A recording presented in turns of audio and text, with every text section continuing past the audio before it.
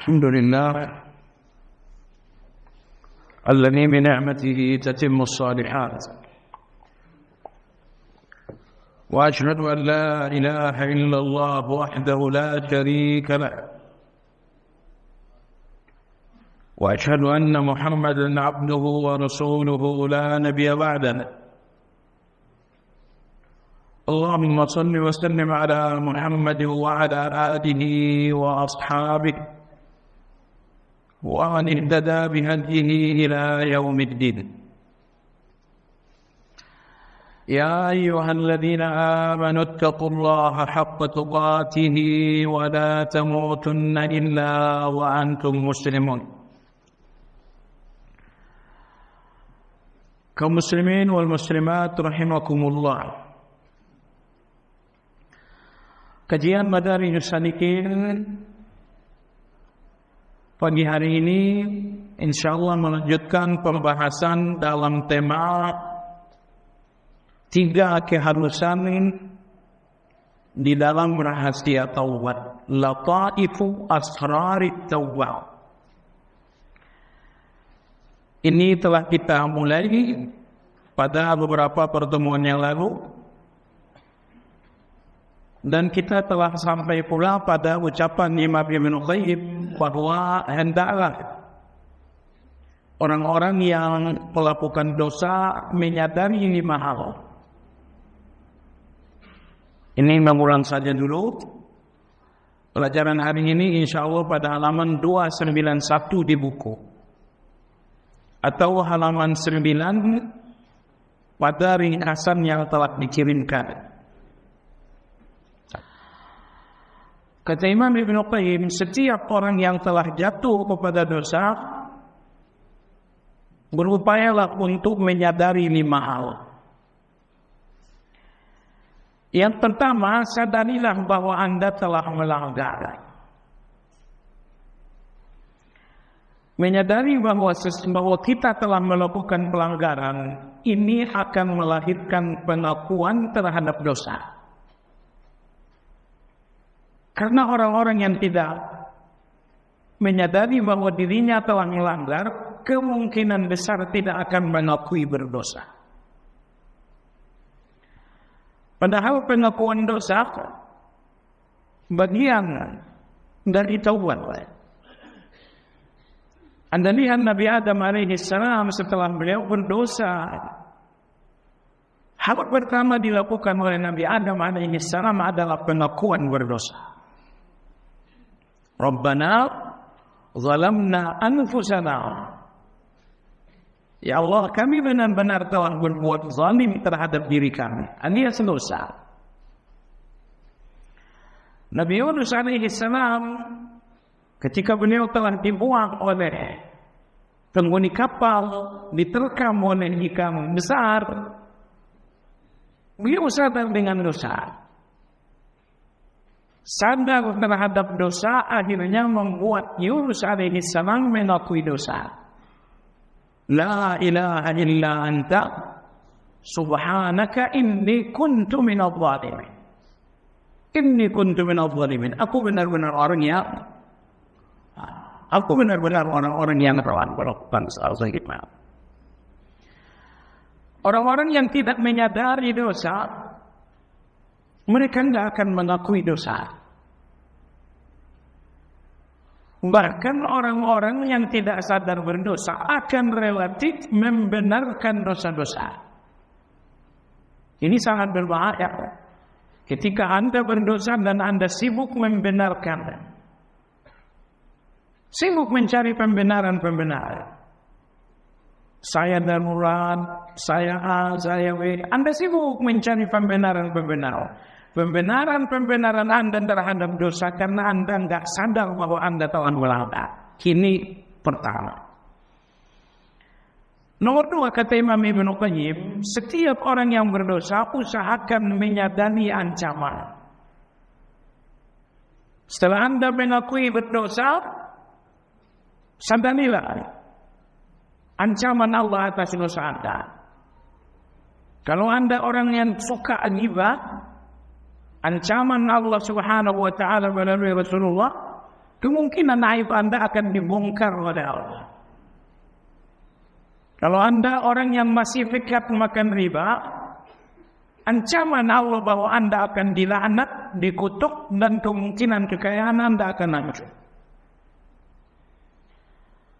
Kalau orang-orang yang berdosa menyadari ancaman-ancaman Allah atas dosa yang dia lakukan, maka dia akan melihat dosa dengan ketakutan.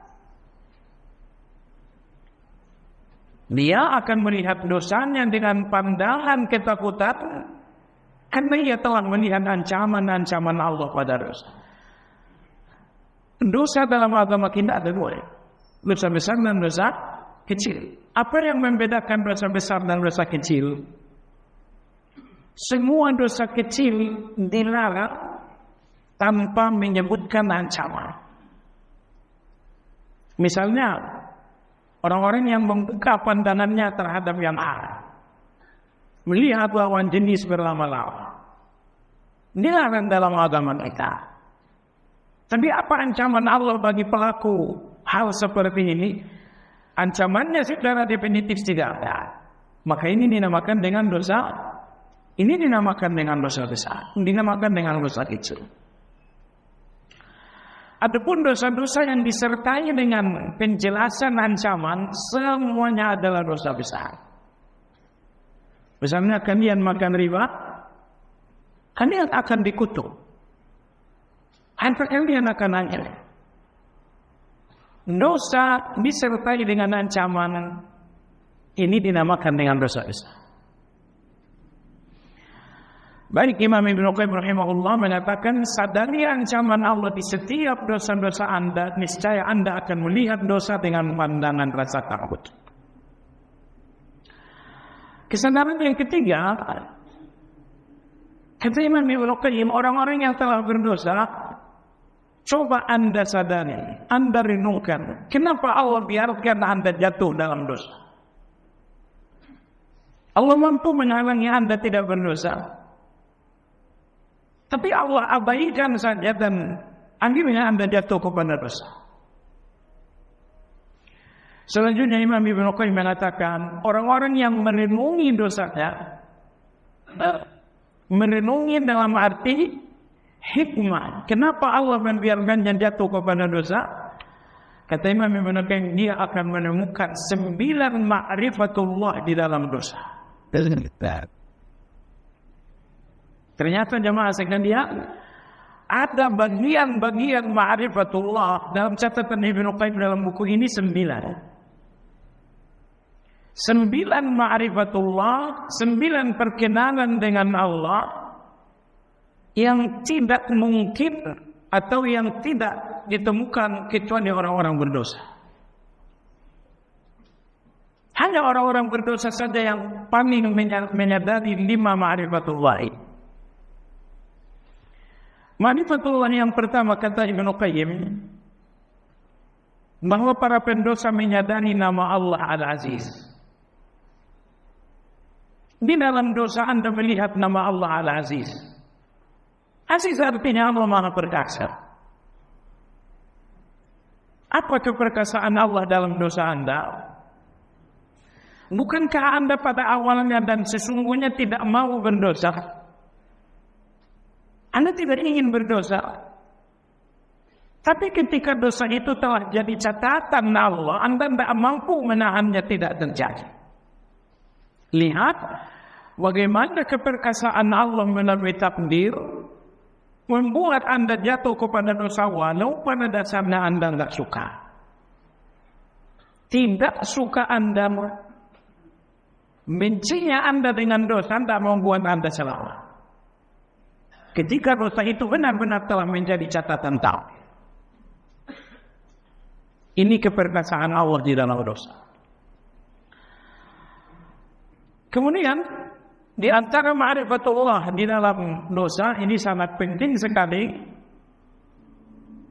bahwa ketika Anda jatuh kepada dosa, Anda pun melihat ma'rifatullah yang kedua, bahwa kesempurnaan ada di tangan Allah. Anda berdosa, ternyata aku enggak sempurna. Anda berdosa, ternyata saya tidak terlalu mulia. Dengan dosa-dosa itu Anda melihat bahwa kesempurnaan hanya di tangan Allah. Saya berdosa, fulan berdosa, mereka berdosa. Boleh jadi kesempurnaan Allah ini enggak akan nampak kecuali oleh orang-orang yang berdosa. Ma'rifatullah subhanahu wa ta'ala yang ketiga di dalam dosa, bahwa Allah subhanahu wa ta'ala al-Barr, bahwa Allah maha baik. Di mana kebaikan Allah di dalam dosa Anda? Allah dengar dan Allah lihat dosa Anda, namun Allah merahasiakannya. Ketika Allah rahasiakan dosa-dosa Anda, di sini ada dua kebaikan Allah. Kebaikan pertama, nama Allah Al-Barru, Allah maha baik. Dan yang kedua, nama Allah As-Satir, Allah maha merahasiakan. Sebagian ulama mengatakan entah mana yang lebih agung bagi seorang hamba antara dua hal. Antara kebaikan yang dinampakkan oleh Allah sehingga orang mengatakan Anda orang baik, atau dosa yang dirahasiakan oleh Allah sehingga orang tidak melihat Anda orang buruk. Ini dua nikmat, entah mana yang lebih agung.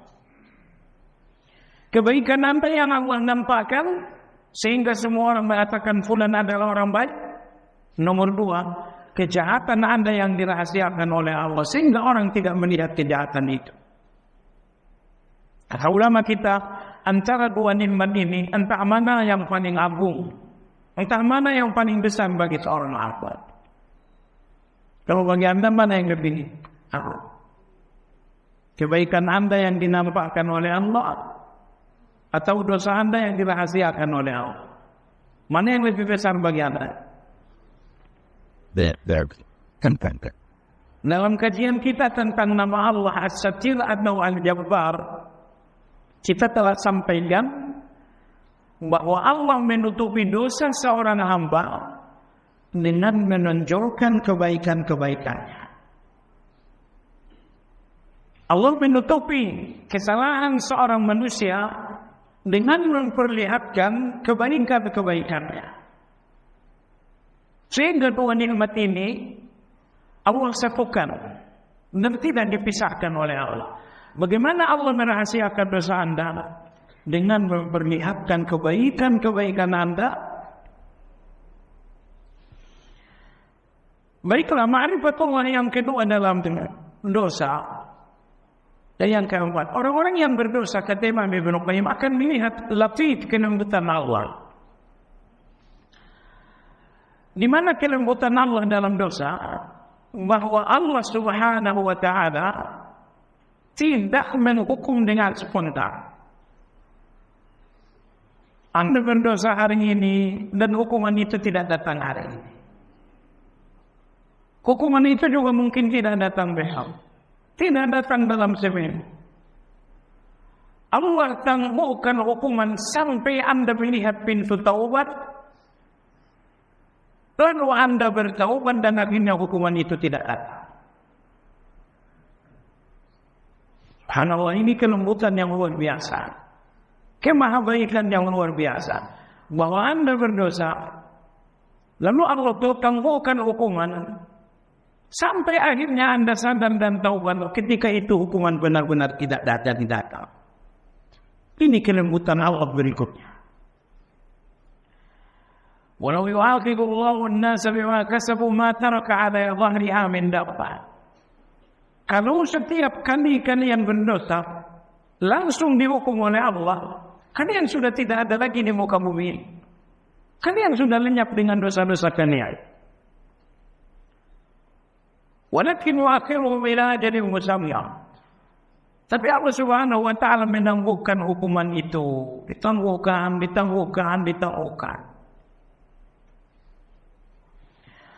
Jemaah sekalian yang saya hormati,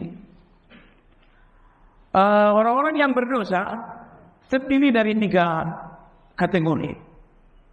Pertama, ada orang-orang yang berdosa kemudian Allah kembalikan kepada Allah dengan cara yang lembut. Inilah orang terbaik. Anda berdosa, tiba-tiba Allah menyadarkan Anda dengan cara yang lembut. Misalnya Anda berdosa, tiba-tiba Anda pergi salat Jumat, khatib menyampaikan khutbah, dari khutbah ini menetes kesadaran Anda terhadap dosa, lalu Anda bertaubat. Allah Subhanahu wa Ta'ala menyadarkan Anda dengan cara yang lembut, tanpa ada hukuman, tanpa ada malapetaka. Ini nomor 2. Nomor 2, sebagian orang-orang yang berdosa, Allah sadarkan dengan cara yang keras. Lama di dalam riba, bertahun-tahun dalam riba, akhirnya Allah datangkan malapetaka, hancur kekayaan sehancur-hancurnya, barulah kemudian sabar. Ini tipe yang kedua. Orang-orang yang disadarkan oleh Allah dengan cara yang keras. Nomor 3 adalah manusia paling malu. Orang-orang yang diabaikan saja oleh Allah. Dia berdosa, tidak disadarkan Allah dengan cara yang lembut, tidak pula disadarkan oleh Allah dengan cara yang kasar, sehingga ia terus-menerus berdosa. Akhirnya kematian datang dalam keadaan ia tidak keluar dari dosa. Ini orang yang ketiga. Makanya di antara doa yang disebutkan ulama kita, tapi tidak ada dalam hadis, ulama kita sering berdoa, Allahumma ruddani ilaika raddan jamila. Ya Allah, kembalikan aku kepadamu dengan cara yang lembut. Ya Allah, aku banyak dosa, kembalikan aku kepadamu dengan cara yang lembut. Baik jamaah sekalian, ada yang dikembalikan oleh Allah kepada Allah, disadarkan oleh Allah dengan cara yang lembut, dan ada orang yang disadarkan oleh Allah dengan cara yang kasar. Orang-orang yang kemudian dijatuhkan oleh Allah dalam kesulitan, orang-orang yang dibanting oleh Allah dalam berbagai tumpukan hutang piutang. Tapi ini semuanya hanya untuk menyadarkan. Inilah golongan yang kedua. Orang-orang yang disadarkan oleh Allah dengan cara yang... Nah, seandainya Anda berada di golongan yang kedua, misalnya Anda orang yang disadarkan oleh Allah dengan cara yang keras, melalui musibah, melalui kesulitan, melalui ujian, melalui utang piutang. Jika Anda adalah orang yang sedang disadarkan Allah dengan cara yang keras, ingat baik-baik. Cara keras yang menyadarkan ini akan selesai kalau Anda segera kembali kepada Allah. Kalau Anda kembali kepada Allah Azza wa Jalla, misalnya setelah Allah Subhanahu wa Ta'ala jatuhkan Anda dalam kesulitan, banget lama-lama dalam kesulitan, dan akhirnya Anda pun rendah hati. Ya Allah, pasti aku ada salah. Dulu sewaktu banyak uang, sering sekali konflik dengan orang. Ya, banyak orang seperti itu, setelah ada uang, hati menjadi keras, seringlah terjadi konflik dengan orang. Konflik dengan bulan, entah berapa kali konflik gara-gara urusan uang. Seandainya Anda mengalah, tidak akan terjadi konflik. Tapi uang, serakah, membuat seseorang keras hati, tidak lagi ada sikap mengalah, maka sebentar-sebentar konflik. Akhirnya Allah Azza wa Jalla menghilangkan uang Anda, seolah-olah menutup mata usaha Anda. Anda pun hidup dalam kesulitan hanya untuk Allah menyadarkan Anda dengan cara itu. Seandainya Anda rendah hati dan mengaku di depan Allah bahwa Anda telah melakukan kesalahan, kesulitan ini akan berakhir. Hutang piutang ini akan selesai. Allah tidak menguji Anda untuk menyakiti. Allah hanya sedang menyadarkan Anda dengan cara yang keras. Karena beberapa dosa tidak bisa disadarkan kecuali dengan cara yang keras. Siapa mereka? Orang-orang yang telah keras hati dalam dosa biasanya tidak akan sadar kecuali dengan cara yang keras. Orang-orang yang telah keras hati dalam dosa biasanya tidak akan sadar kecuali dengan hukuman, dengan azab, dengan malapetaka. Nah, apabila malapetaka itu telah datang menyadarkan dan Anda pun sadar, mengaku bertaubat, malapetaka Anda selesai. Kemudahan akan kembali datang. Tapi sekali lagi jamaah sekalian, kalau Anda terus-menerus membela diri, apalagi merasa diri orang yang bertakwa, berdosa, dihukum oleh Allah, lalu Anda merasakan Anda diuji ketakwaan. Diuji ketakwaan. Padahal Anda sedang dihukum oleh Allah Ta'ala. Baik jemaah sekalian, kita lanjutkan. Ma'rifatullah berikutnya di dalam dosa. Anda akan melihat bahwa Allah Al-Ghafur dan Al-Ghaffar. Allah Al-Afu dan Allah At-Tawwab. Ini 4 nama Allah. Ghafur, Ghaffar, Tawwab, Afu. Ke-4 nama ini tidak ditemukan kecuali di dalam dosa. Seandainya Anda tidak berdosa, manusia tidak berdosa, nama-nama Allah ini akan hilang. Allah tidak lagi memiliki nama Ghafur, Ghaffar, Afu dan Tawwab. Ini itu nggak mungkin terjadi. Ma'rifatullah berikutnya di dalam dosa jemaah sekalian. Ini yang ingin kita masuki hari ini. Pelajaran hari ini pada halaman 291. Hikmah berikutnya dalam dosa maksudnya adalah untuk menyempurnakan 4 kerendahan hati. Ini pada halaman 291. Di antaranya sang hamba tidak ingin bermaksiat kepada Tuhannya semata-mata karena merupakan apabila ia menyaksikan berbagai hukuman dan menjadikannya sebagai halaman 292 nih. Halaman 2. Baik, halaman 294 maksud saya. Halaman mulai dari halaman 293 di bawah. Di antara hikmah dosa, ma'rifatullah Anda di dalam dosa, di antaranya menyaksikan bahwa dia menyempurnakan untuk hambanya berbagai tingkatan kerendahan, kehinaan dan ketidakberdayaan. Nah, sekarang masuk halaman 294. Kata Imam Ibnu Qayyim, ketika Allah membiarkan hambanya berdosa, Allah tidak lagi menggenggamnya dengan tauhid. Antara lain kata Ibnu Qayyim, karena Allah ingin menyempurnakan 4 kerendahan dalam diri seorang hamba. Jati diri seorang hamba adalah rendah. Tidak boleh seorang hamba keluar dari jati diri yang asli, yaitu rendah. Tapi kadang-kadang hamba yang sering tak tahu diri ini meninggikan diri dengan uang, meninggikan diri dengan jabatan. Imam Ghazali rahimahullah mengatakan ada 7 yang biasa menjadi penyebab orang meninggikan diri. Ada yang meninggikan diri disebabkan karena ibadah. Saya bertakwa ini apa ini berdosa? Saya ini ahli sunnah apa ini ahli bidah? Bersyukurlah kalau Anda ahli sunnah tanpa merendahkan orang lain. Antara syukur dan takabur kadang-kadang bedanya sangat tipis. Syukur Anda sadari nikmat tanpa merendahkan siapa. Takabur bahwa Anda melihat nikmat sambil Anda merendahkan orang lain. Saya sunnah, ini pelaku bina, ini pintu neraka ini takbir saya.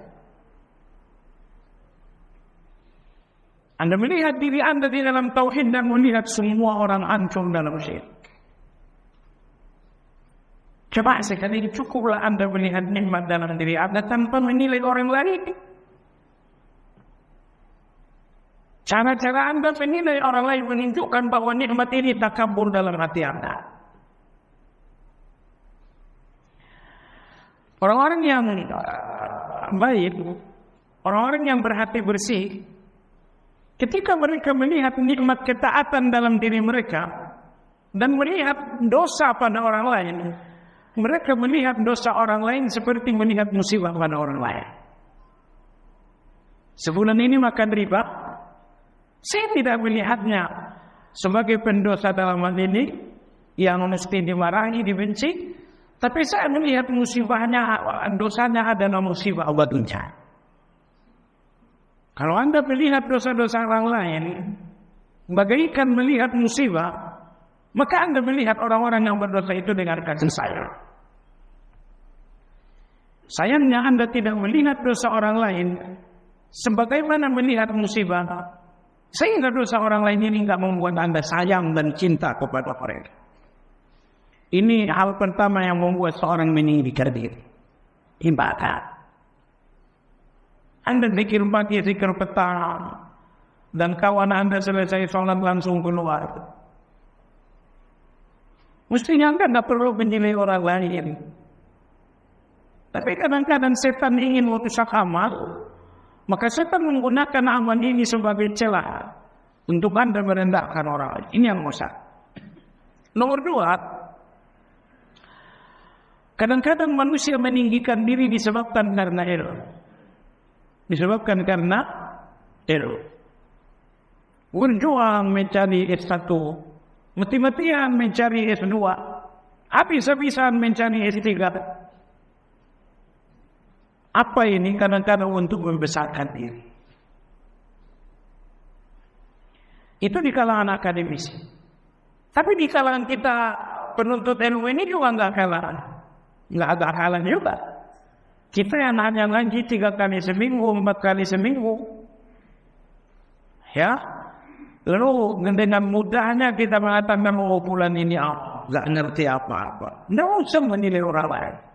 Syukuri saja nikmat yang ada dalam diri Anda tanpa Anda merendahkan orang lain. Ya susah kalau orang masih awam. Cuma sekalian yang saya hormati, hati-hati.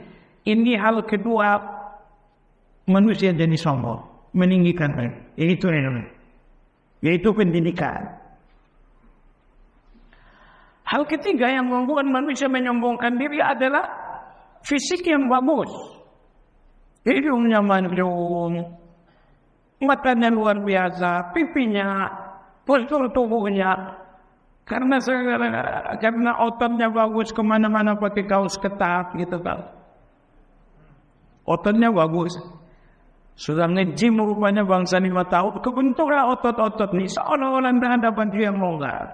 Semuanya baju sempit ke mana-mana. Salaman ke orang lain, wah, pakai otot ini. Ini kesombongan yang ketiga. Orang meninggikan diri disebabkan karena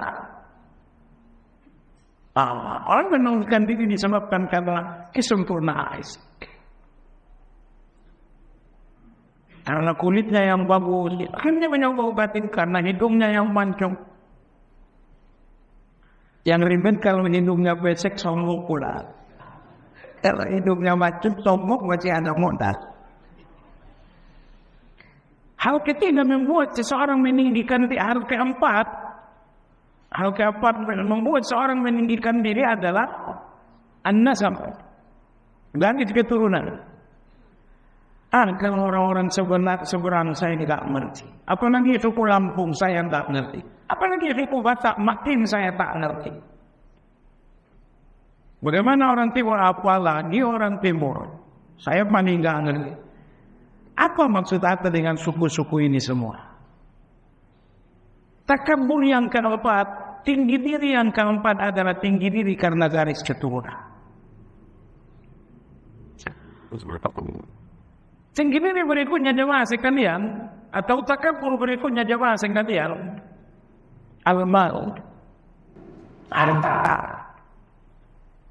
bisnis yang lagi lancar, gaji yang lagi besar, investasi, aset, ini semuanya Ini semuanya pintu-pintu kesombongan bagi sebagian orang.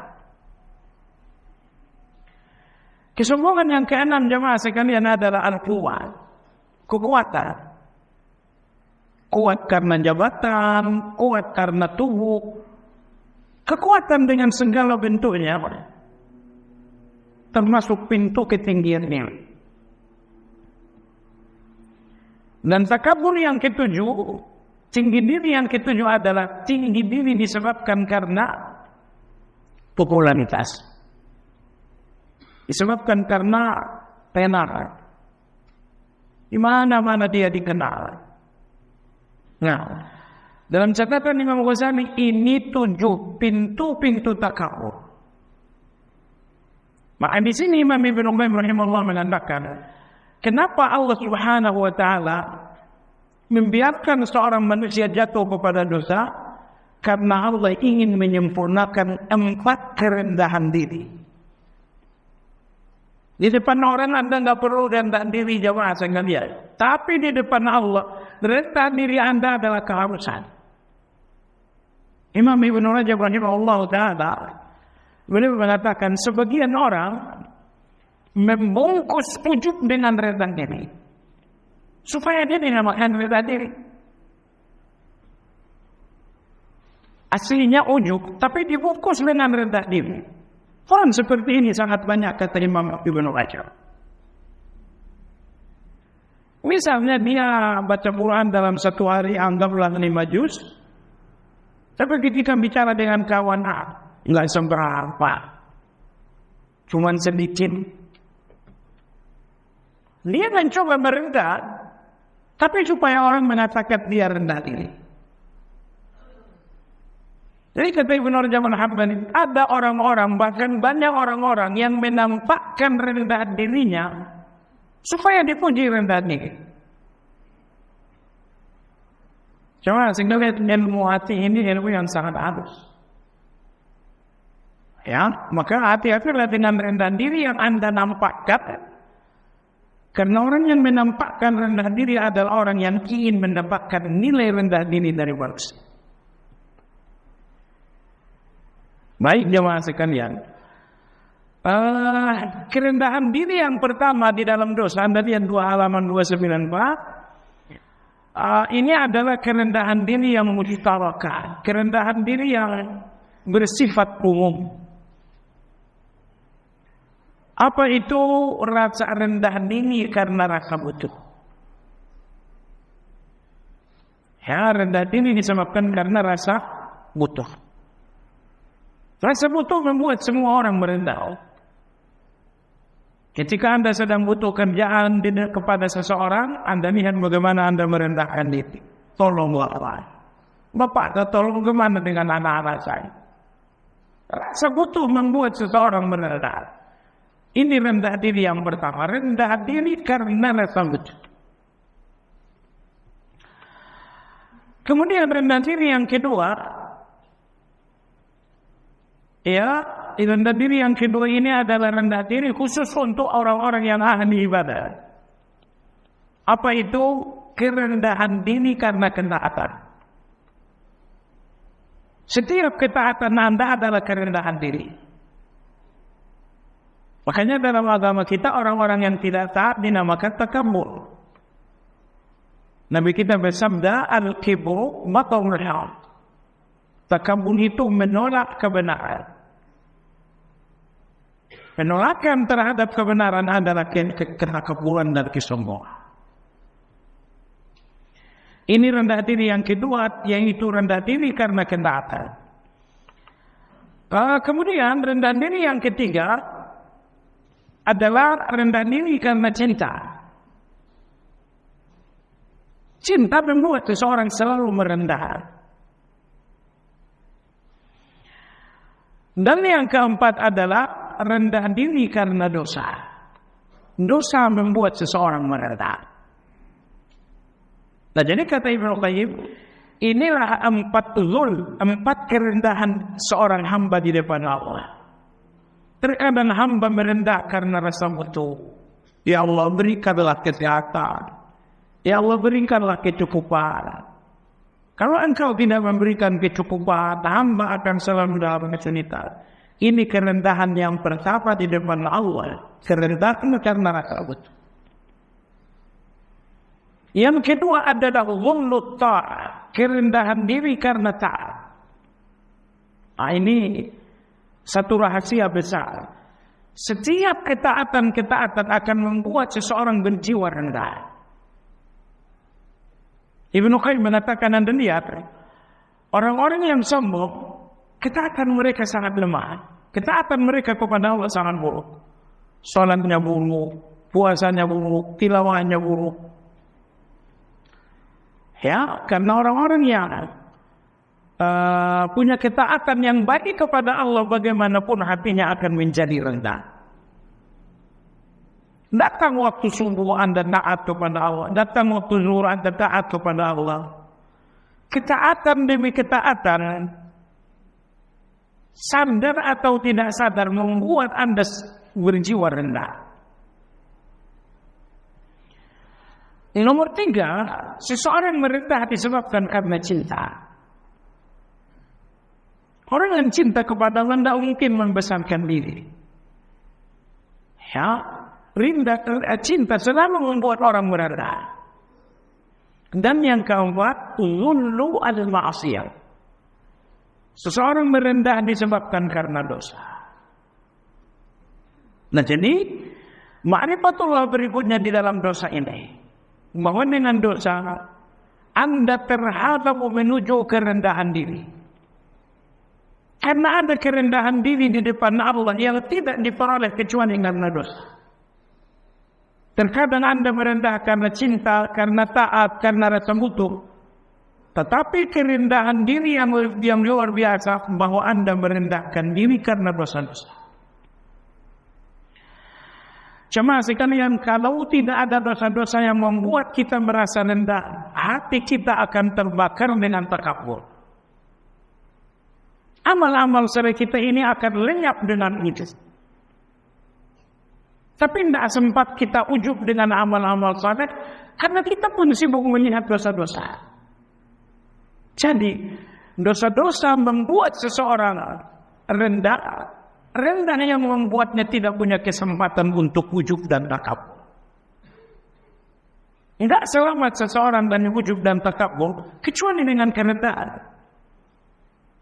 Rendah karena 1, 2, 3. Dan kerendahan yang luar biasa adalah kerendahan karena dosa. Adam seorang nabi, tapi dia mengakui dia orang zalim. Rabbana zalamna anfusana. Yunus alaihi salam seorang nabi, tapi kerendahan dosa membuatnya mengakui diri sebagai orang yang zalim. Inni kuntu minaz zalimin. Perhatikan jemaah sekalian, bagaimana dosa di dalam hati orang-orang yang saleh membuat mereka merendah. Merendah yang menutup pintu takabur dan ujub. Maka saya bilang sekali lagi, kalau tidak ada dosa yang membuat Anda rendah, maka ketaatan akan membuat Anda ujub. Bahkan di samping Anda fokus dengan ketakwaan, dengan kebaikan, dengan kesalehan, Anda pun tidak boleh lupa dengan dosa-dosa. Ini salah satu sebab, salah satu rahasia kenapa kita membaca istighfar sangat banyak. Astaghfirullah, astaghfirullah, astaghfirullah. Agar rasa berdosa ini tidak hilang. Sebab kalau rasa berdosa ini hilang, hilang pula rendah diri. Kalau sudah hilang rendah diri, maka muncullah lawannya, ujub dan takabur. Maka ini satu catatan yang sangat bagus dari Imam Ibnu Qayyim rahimahullah, bahwa Allah Subhanahu wa taala tidak mau hambanya meninggikan diri dan membesarkan diri, maka Allah membuatnya merendah. Apa yang membuatnya rendah? Ada 4 hal. Salah satu yang membuat seseorang merendahkan diri di depan Allah adalah dosa. Baik jemaah sekalian yang saya hormati, berikutnya adalah di antara ma'rifatullah dalam dosa halaman 295, dan ini sangat luar biasa. Apa itu? Kata beliau bahwa nama-namanya yang sangat baik menghendaki hasil-hasilnya sebagaimana sebab yang sempurna menghendaki akibat-akibatnya. Nama As-Sami' Al-Basir dan selanjutnya. Maksud Ibnu Qayyim apa? Nama Allah bukan sekedar nama, tetapi nama-nama Allah memiliki konsekuensi. Misalnya nama apa? As-Sami' Maha mendengar. Allah Maha mendengar berarti ada objek yang didengar. Allah Maha melihat berarti ada objek yang terlihat. Ya. Karena semua nama-nama Allah memiliki konsekuensi dan itulah yang membuat pendosa-pendosa ini takut. Apa yang membuat pendosa takut untuk ghibah? Mereka sadar bahwa Allah Maha mendengar dan ghibah ini bagaimanapun akan sampai pada pendengaran Allah. Orang-orang yang berniat dosa ini gagal berdosa karena mereka tahu bahwa Allah Maha melihat dan penglihatan Allah ini bagaimanapun akan jatuh pada perbuatannya. Nama Allah yang sangat agung, bahkan kata Imam Ibnu Qayyim ada 4 nama yang merupakan kunci ma'rifatullah. 4 nama kunci ma'rifatullah ini akan dibahas dalam buku ini dalam pembahasan tentang Al-Quran. Karena keempat nama ini sangat agung, berbeda dengan yang lain, punya spesial daripada yang lain. Akhirnya Ibnu Qayyim sengaja menulis buku khusus membahas 5 nama. Namanya Thariqul Hijratain, wa Musta'adatain. Tetapi buku ini sebetulnya diringkas oleh Ibnu Qayyim dari kitab Madarijus Salikin. Yang artinya kalau kita terus belajar Madarijus Salikin, Babul Hijratain itu akan kita temukan di buku. Intinya beliau membahas 4 nama. Al-awwalu wal-akhiru wal-zahiru wal-batin. Apa kesimpulan dari 4 nama ini? Imam Ibnu Qayyim rahimahullah mengatakan, al-awwalu wal-akhir menunjukkan ihatah zamaniyah. Al-zahir wal-batin menunjukkan ihatah makaniyah. Apa maksudnya? Maksudnya kata Imam Ibnu Qayyim, Allah Subhanahu wa taala tidak pernah terbatasi waktu dengan hamba. Karena dia adalah al-awwal wal akhir. Anda terbatas waktu dengan Nabi Nuh. Anda terbatas waktu dengan Nabi Ibrahim. Anda terbatas waktu dengan Nabi Musa.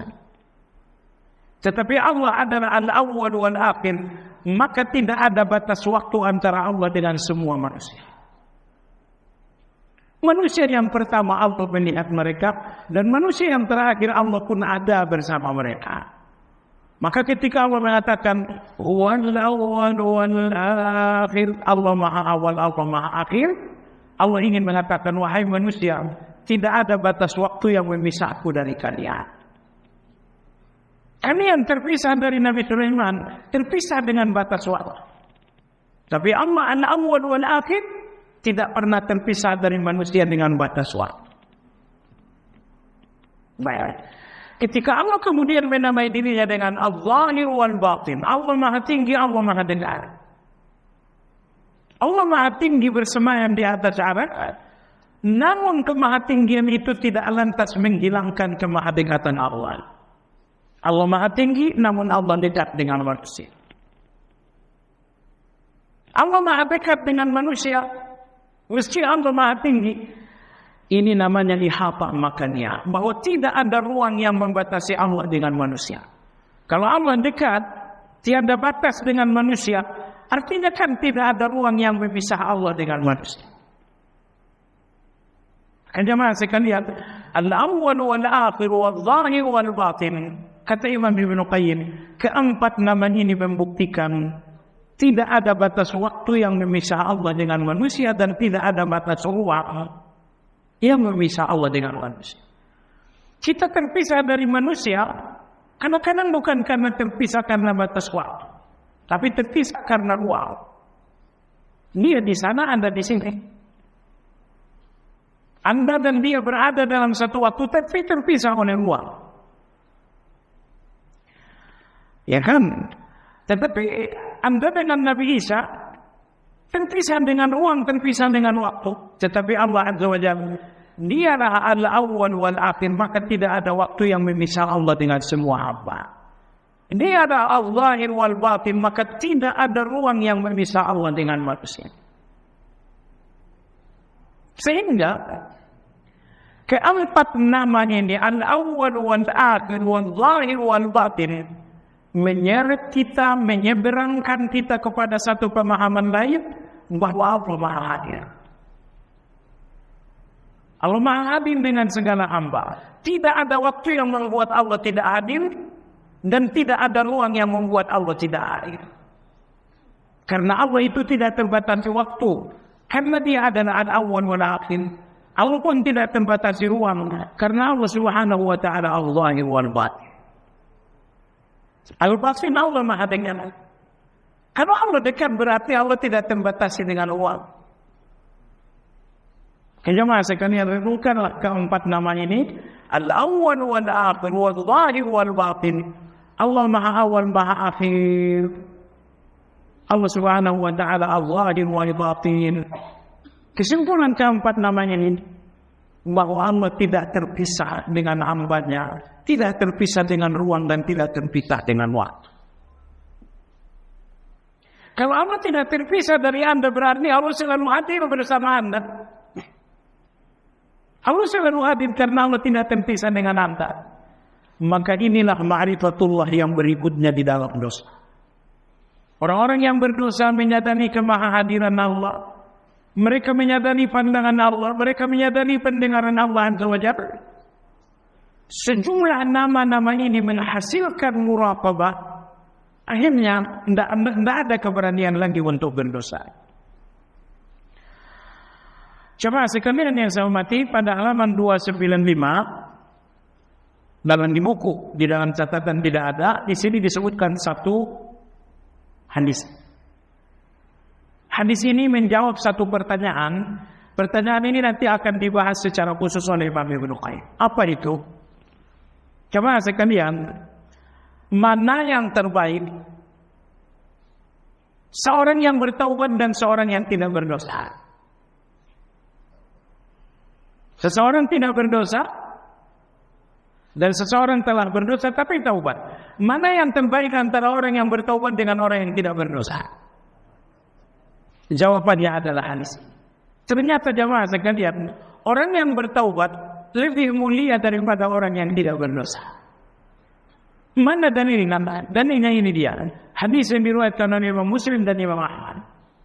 Nabi sallallahu alaihi wasallam bersabda, "Lau lam tuznibu la dhahaba Allahu bikum, wa la jaa'a biqaumin yuznibun thumma yastaghfiruna fa yaghfir lahum."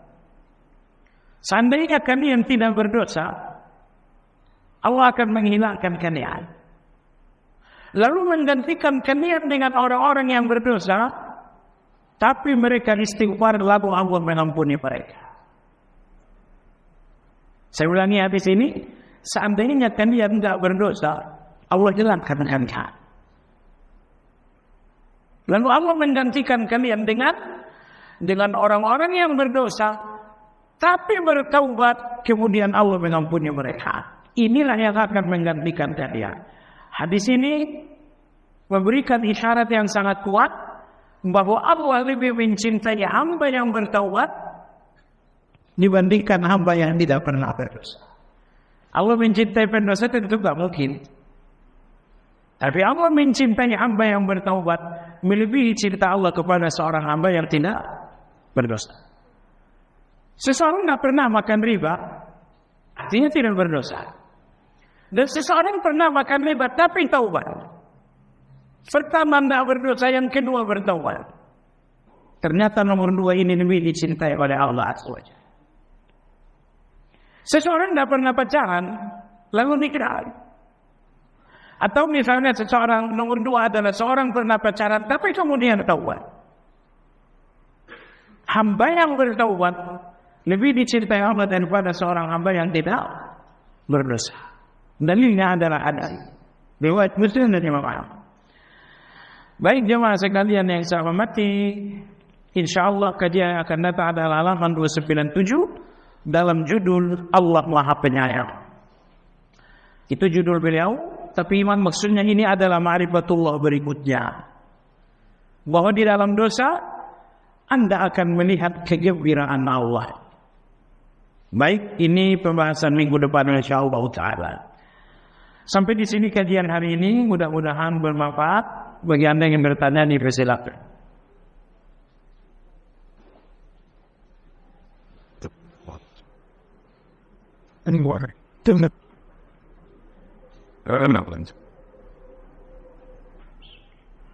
Mohon penjelasan istighfar yang sunnah. Astaghfirullahaladzim, astaghfirullah wa atubu ilaih. Semuanya sesuai sunnah. Semuanya sesuai sunnah. Nabi sallallahu alaihi wasallam bersabda, siapa orang yang menjelang tidur membacakan astaghfirullahaladzim alladzi la ilaha illa huwal hayyul qayyum wa atubu ilaihi, Allah mengampuni dosanya meski sebanyak buih di lautan. Astaghfirullahaladzim. Dan ini kita sudah bahas dalam kajian Asmaul Husna, nama Allah Al-Azim.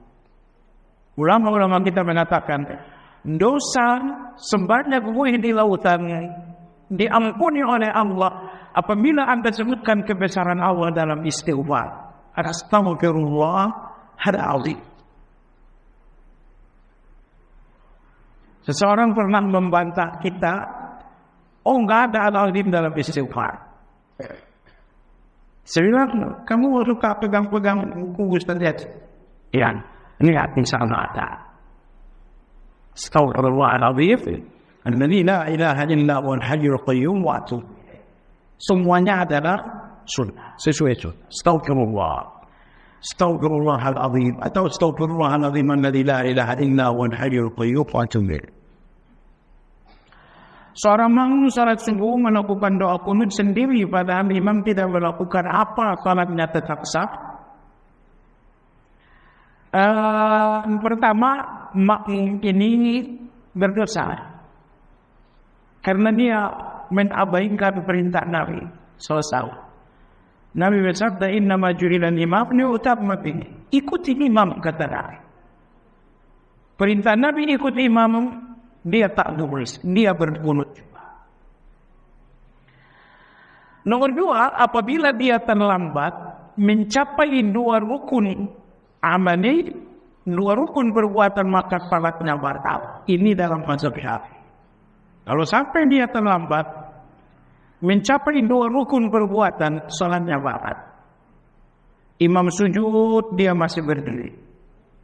Imam duduk, dia masih berdiri. Berarti dia terlambat sebanyak dua rukun perbuatan, salatnya batal. Tapi kalau tidak sampai terlambat dua rukun perbuatan, salatnya sah tapi sudah berdosa. Karena dia telah mengabaikan perintah Nabi. Subhanallah. Orang-orang yang berkunut, saya mau nanya apa hukum kunut? Anggaplah saya jawab dengan mantap, hukumnya sunnah. Apa hukumnya mengikuti imam? Wajib. Tuh kan? Hukum wajib, hukum sunnah mana yang lebih besar? Tentu hukum wajib lebih besar daripada hukum sunnah. Nah ini keliru. Jenis-jenis kunut apa saja yang sesuai dengan tuntutan syar'i? Ada kunut yang disepakati sunnah. Pertama, kunut dengan kunut dalam bahasa Al-Quran memiliki beberapa arti. Terkadang Al-Quran menyebutkan kunut artinya adalah khusyuk. Allah berfirman, wa qumu lillahi qanitin. Lakukanlah salat dengan cara kunut. Ayat ini turun karena para sahabat dalam salat kadang-kadang memandang kanan, kadang-kadang memandang kiri. Mereka kadang-kadang sibuk memandang kanan dan kiri, maka turunlah ayat ini menegur mereka, menyuruh mereka agar salat dengan kunut. Yang dimaksud kunut dalam ayat adalah khusyuk. Kunut yang kedua dalam bahasa dalil adalah lama. Dan ini khusus untuk salat subuh. Maka Nabi SAW bersabda, afdhalus salat tulul kunut. Salat terbaik yang kunutnya lama. Maksudnya apa? Berdirinya lama. Dan dari salat 5 waktu, salat yang paling dianjurkan lama berdiri adalah salat subuh. Lama berdiri dalam arti memanjangkan ayat. Ini pengertian kunut yang kedua. Pengertian kunut yang ketiga adalah doa. Allahumma hdini fiman hadain dan lain-lain. Ini pengertian kunut yang ketiga. Ada pengertian kunut yang keempat, saya lupa. Baik jemaah sekalian yang saya hormati, ini kunut dalam bahasa dalil. Kadang-kadang kunut dalam Al-Quran artinya khusyuk, kadang-kadang kunut artinya lama berdiri, kadang-kadang kunut artinya adalah doa. Kunut dalam bentuk doa ini ada yang disepakati, yaitu kunut nazilah. Ini disepakati. Kecuali pada salat Jumat. Kunut nazilah dalam salat Jumat dalam mazhab Malik tidak boleh. Karena di dalam salat Jumat telah ada doa khutbah. Imam Malik mengatakan doa dalam khutbah salat Jumat sudah cukup, jadi tidak perlu lagi nanti di dalam salat ada doa Quran. Nah, jadi sebaiknya kalau kita kunut nazilah jangan di salat Jumatnya. Karena kunut nazilah dalam salat Jumat bisa tergantikan dengan doa khutbah. Kunut yang kedua dalam artian doa adalah kunut salat witir. Ini pun disepakati. Kunut Ramadan atau tidak Ramadan Anda kunut dalam salat witir. Kunut yang ketiga inilah yang dikhilafiahkan. Ya, kunut dalam arti doa nomor 3 dikhilafiahkan ulama, yaitu kunut di dalam salat sunnah. 3 ulama setuju kunut di waktu subuh, Imam Syafi'i, Imam Ahmad, dan Imam Malik.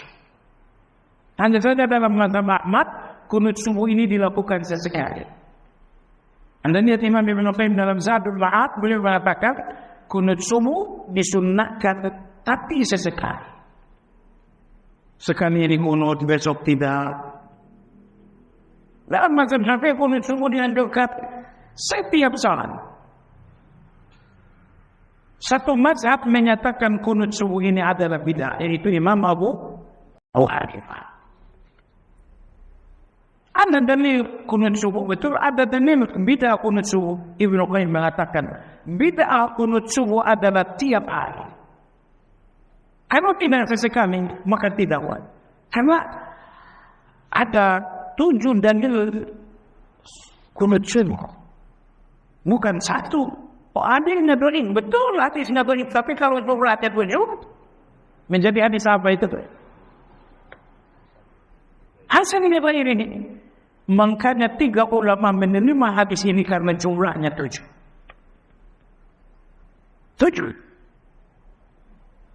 Ya, jadi bukan cuma riwayat Anas doang ini.